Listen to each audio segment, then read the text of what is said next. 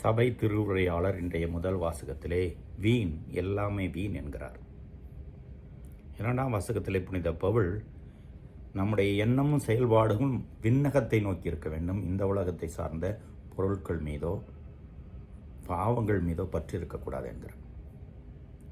எல்லாவற்றுக்கும் மேலாக இயேசு செல்வத்தை சேர்ப்பதனால் பயனில்லை என்று அந்த ஓமையின் மூலம் தெளிவாக்குகிறார். பொருட்கள் பணம் இல்லாமல் நம்மால் இருக்க முடியறதில்லை. ஆனால் பொருள் பணம்தான் வாழ்வு என்று நினைத்து கொண்டிருக்கிறவர்களுக்கு அளவுக்கு அதிகமான பற்று வந்து விடுகிறது. அதை விட்டு விட்டு போக மனமில்லை. சேர்த்து வைக்கவும் அதிலேயே முழுவதுமாக மனது செயல் எல்லாவற்றையும் ஈடுபடுத்தவும் ஆசை வந்து விடுகிறது. பிறகு பிற மனிதர்களை கண்கு தெரியாது, கடவுளை தெரியாது. எல்லாருக்குமே தெரியும், இறந்து போனவுடன் நாம் எதையும் எடுத்து போவதில்லை. எந்த பொருளையும், எந்த பணத்தையும், எந்த நகைகளையும், எந்த இடத்தையும் எடுத்து போக முடியாது.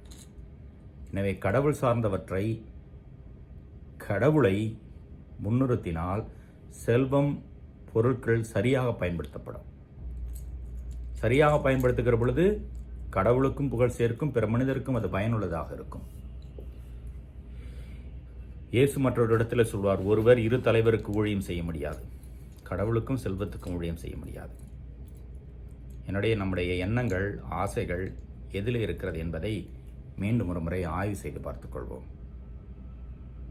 எதை இழந்தாலும் பரவாயில்லை, எனக்கு பொருள் வேண்டும், பணம் வேண்டும், இடம் வேண்டும் என்று நினைத்து கொண்டிருந்தால் எல்லாமே இழந்து போய்விடும்.